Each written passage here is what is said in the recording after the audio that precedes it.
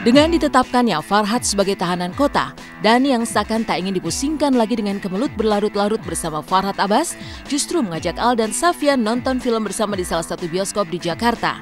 Tak hanya dengan putra sulung dan putri bungsunya semata, Dhani juga memboyong seluruh pekerja di rumahnya. Dan begitu keluar dari gedung bioskop, Dhani pun menyanjung akting Al dalam film terbarunya LDR 2. Bagi Dhani, di tengah segala urusan dan kesibukannya, inilah salah satu cara untuk tetap merajut kebersamaan dengan anak-anak tercinta. Senyuman Demas emang suka bikin kita nggak balance ya. Semua orang kalau ketemu sama dia, pasti jatuh cinta. Lagi nonton itu filmnya Al yang baru, kemarin waktu premier nggak sempet nonton. Saya lagi luar kota. Masa sih Al mengukir prestasi, masa ayahnya nggak apresiasi kan? Kayak saya, ya salah satu bentuk saya berapresiasi lah terhadap apa yang sudah dilakukan oleh Al. Nggak nonton? Iya. Waktu nonton waktu film yang itu yang sebelum pertama kan kakak Al kan ketembak, dia nangis, nangis lucu. Dia sih sebenarnya ngefan sama kakaknya. Kalau gitu jarang, tapi kalau aku di rumah sering. Bagus, Tuhan bagus kan bilangnya. Aktingnya bagus. Saya nggak nyangka anak saya jago akting.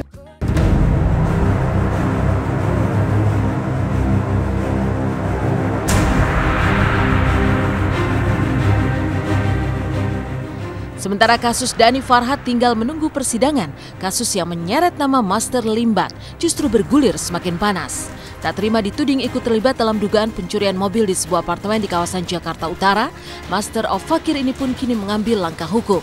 Semalam, tim kuasa hukum Master Limbat mendatangi Polda Metro Jaya untuk membuat laporan polisi terkait dugaan pencemaran nama baiknya oleh Ibrahim. Limbat tak terima ketika namanya secara jelas disebut sebagai pencuri mobil, hanya lantaran wajahnya ikut terekam kamera CCTV tengah berada di apartemen tersebut bersama Linda yang juga dilaporkan atas kasus yang sama. Melaporkan saudara Husein Ibrahim dengan laporan polisi saat ini nomor oh iya, ini karena sudah malam jadi lapar juga kan.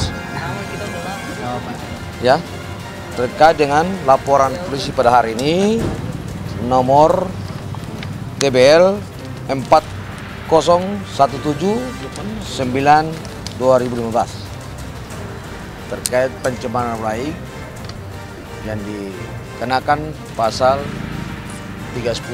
Ada pernyataan Pak Ibrahim yang menurut saya ini bukan bukan menduga tapi sudah menuduh. Misalkan gini, saya tidak kenal dengan saudara Limbat. Saya ulangi lagi ya, saya tidak kenal dengan saudara Limbat. Begitu juga dengan mereka yang lainnya. Gitu kan? Tetapi yang saya ketahui, mereka membawa lari mobil. Saya ulangi lagi, mereka membawa lari mobil dan mencuri mobil.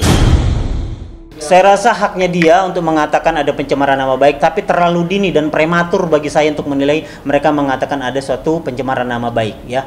Tidak. Ketika ini sudah terjadi, polisi sebenarnya langsung bisa menangkap. Buktinya malam itu begitu ditelusurin mobilnya dapat. Mobil itu didapatkan di rumah salah satu pelaku. Artinya sudah harusnya pelaku pun dibawa. Ada konsekuensi hukum yang muncul dari tuduhan-tuduhan itu. Ini sudah sangat jelas meresahkan, sudah sangat jelas memfitnah, mencemarkan nama baik Mas Limbat. Jadi saya pikir tidak clear di sini persoalan itu. Kalau misalkan mereka masih terus menuduh dan memfitnah klien kami. Sebagai Master of Fakir yang namanya telah mentereng di jagat hiburan, Limbat merasa sangat terganggu ketika ia diseret-seret sebagai pelaku pencurian mobil. Dari keterangan kuasa hukumnya pula, Limbat bahkan tak tahu menahu sama sekali terkait perkara itu. Tapi apa boleh dikata, ia sudah terlanjur dilaporkan ke pihak berwajib.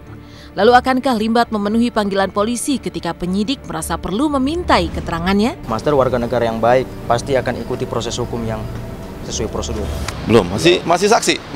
Saya sih masih saksi. Sebetulnya yang tadi yang saya katakan, ini kan sudah prosedur yang dilakukan oleh Pak Kapolres.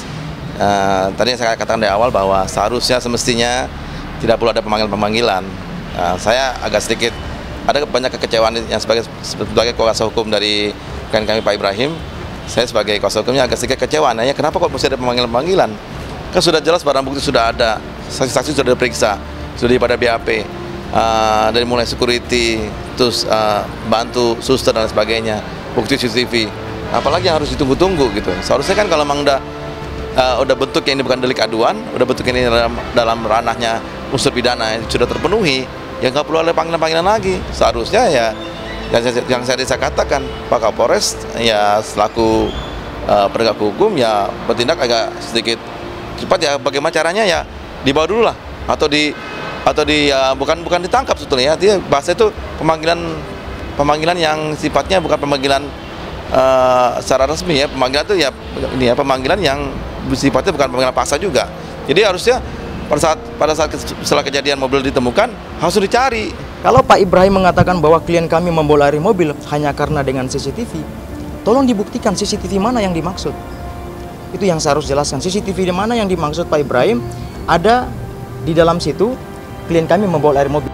Meninggalkan peliknya kasus hukum Farhad Abbas, Ahmad Dhani, serta kasus yang menyeret nama Master Limbat, seperti apa pula Ashanty merajut kebersamaan dengan Arsy di tengah sesi pemotretan yang ia jalani. Bagaimana pula aksi lucu Bayi Arsy yang tak henti berjoget ketika mendengar lantunan musik dangdut. Lalu seperti apa Ashanty dan Krisdayanti menyikapi kandasnya hubungan Azriel bersama sang pujaan hati.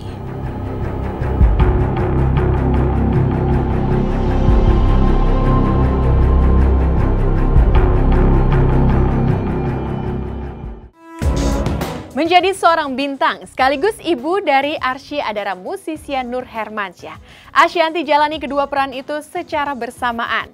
Di tengah sesi syuting dan pemotretan, seperti apa Ashanty merawat dan mengasuh bayi kecil dan menggemaskan itu? Seperti apa pula terhiburnya Ashanty dengan aksi lucu Arsy ketika bergoyang mendengar lagu dangdut? Bagaimana pula Ashanty dan Krisdayanti menanggapi curhatan hati Azriel yang baru saja putus cinta?